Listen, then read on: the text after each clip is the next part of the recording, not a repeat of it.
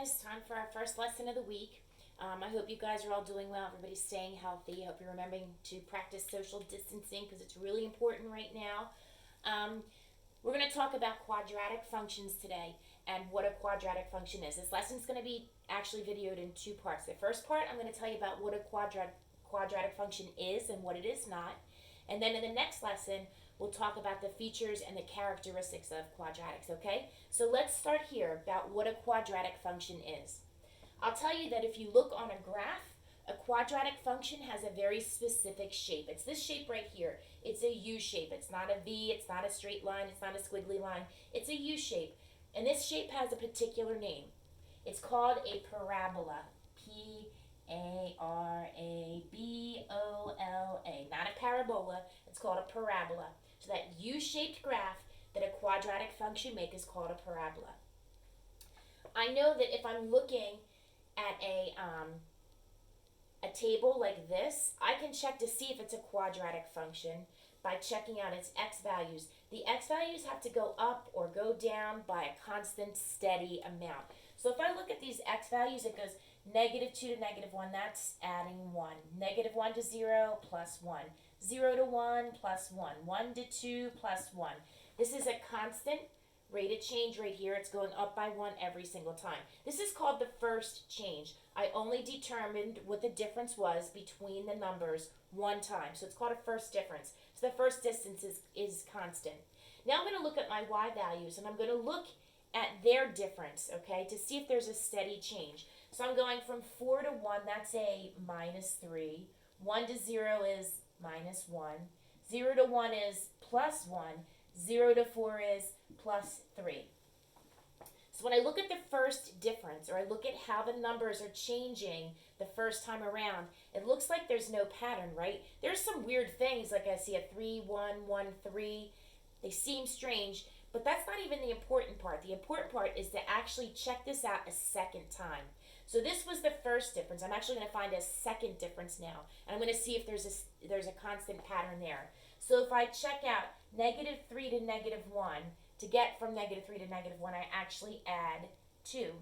To get from -1 to +1, I would have to add 2. And to get from 1 to 3, I have to add 2. And you can see that there is a constant change, or constant rate of change, in the second difference. That makes this a quadratic function. I know that if the first change in the x's is constant, and the second change in the y values is constant, I know that this is representing a quadratic function. So I know two things now. The shape of a quadratic is a U when I graph it. I know that if I'm looking at a table of values, the second difference on the y values has a constant rate of change. The next thing I'm going to know is if I'm looking at a function or I'm looking at an equation, they look a very particular, specific way. If I look at this first function right here, y equals 10x squared plus 9, I know this is a quadratic without doing any work, without making a table, and without graphing it, because I see this exponent, this 2 here. In fact, the very highest exponent on this entire equation is a 2. If the highest exponent is a 2, it's called a quadratic function. Okay? So I'm going to look at this next one. I'm looking, I have a -3x squared, a 4x, a 3. My very highest exponent is a 2. That indicates to me that this is a quadratic function. Look at this last one, y equals x squared minus 8x. Guess what? This is a quadratic function because the highest exponent is a 2. That makes it quadratic. Look over here. None of these are quadratic because look at this one, y equals 5x plus 2. The highest exponent here is technically a 1. That is not quadratic because the highest exponent isn't 2. In fact, this is just a linear function. This one says y equals 3 to the x power. Do I see a highest exponent or degree of 2? I do not, so this is not quadratic. This is something that we haven't talked about yet. This is called an exponential function, but we don't even have to worry about that yet. This says y equals -x plus 6. The highest exponent is not a 2. The highest exponent is really just a 1. So this is not quadratic. If I wanted to know what this was, you actually do know. This is a linear function. So now we know 3 things. A quadratic function, the shape of it when I graph it is a U-shaped graph called a parabola. I know that if I'm looking at a table, I can determine if something is a quadratic function because the second difference of the y values will be constant. And I also know that if I'm looking at an equation or a function, I can find a quadratic function really easily because the highest exponent is a 2. Okay? So we can say it has a constant second difference. If you want to fill these in on your paper, you can too.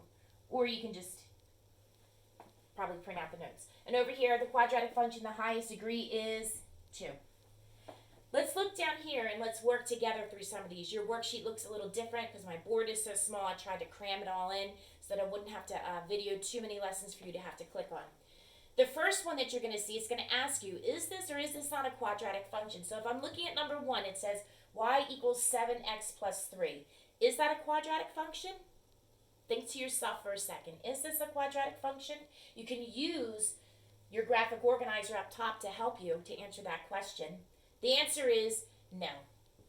This is not a quadratic function because look, the highest exponent on the x value is just a 1. It would have to be a 2 in order for it to be quadratic. So this is not a quadratic function. Let's look at this second one. Y equals negative 8x squared plus 9. Is this one a quadratic function? What would make it a quadratic function if it is a quadratic function? Did you think about it for a second? All right, I'll give you the answer. This is yes. Because the highest exponent here is a 2, that makes this a quadratic function. Let's check out 3. Y plus x equals 2x squared. It's not in slope-intercept form because the y isn't by itself. But does it even matter? Because I can still see my x values and I can still see what the highest exponent is. There's a 1 on this. The highest exponent is a 2. So is that a quadratic function? And the answer is yes. This is quadratic because the highest exponent is a 2. The numbering on your paper is weird. It skips number 4. I don't know why, but it does. So I'm going to go right to 5.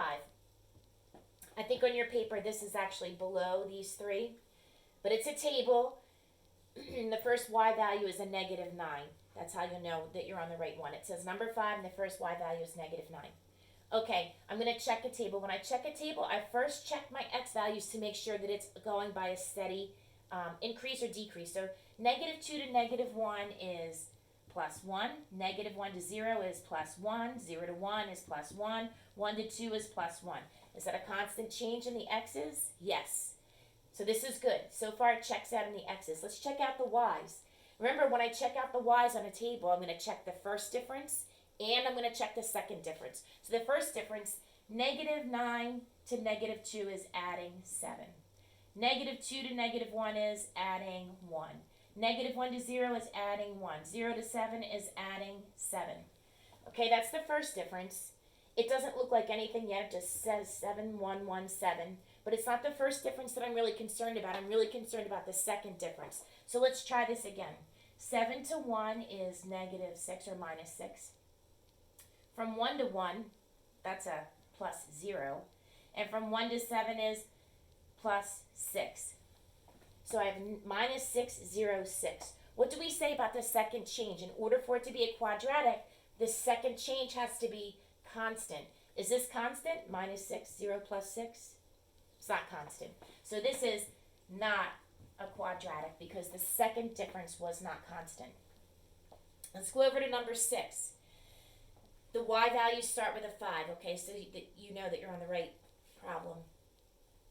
Check the x values first. Is it constant? Negative 2 to negative 1 is plus 1. Negative 1 to 0 is plus 1. 0 to 1 is plus 1. 1 to 2 is plus 1. Okay, my x's check out because the first difference has a constant change.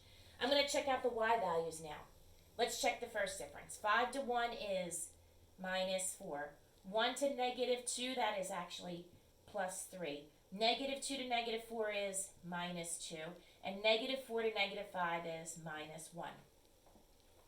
I don't actually care about the first difference because that's not really how I'm going to discover whether or not this is a quadratic function. I really need to look at the second difference, so I'm going to check this out again. Negative 4 to 3 is actually adding 7. Positive 3 to negative 2 is actually subtracting 5. I don't even need to go any further because is this a quadratic function? If my second difference doesn't make any sense or it's not constant, I don't even have to go any further because I know this is not a quadratic function. I'm looking at number 7. For 7 and 8, I'm just looking at the shape of the graph to know whether or not it's quadratic.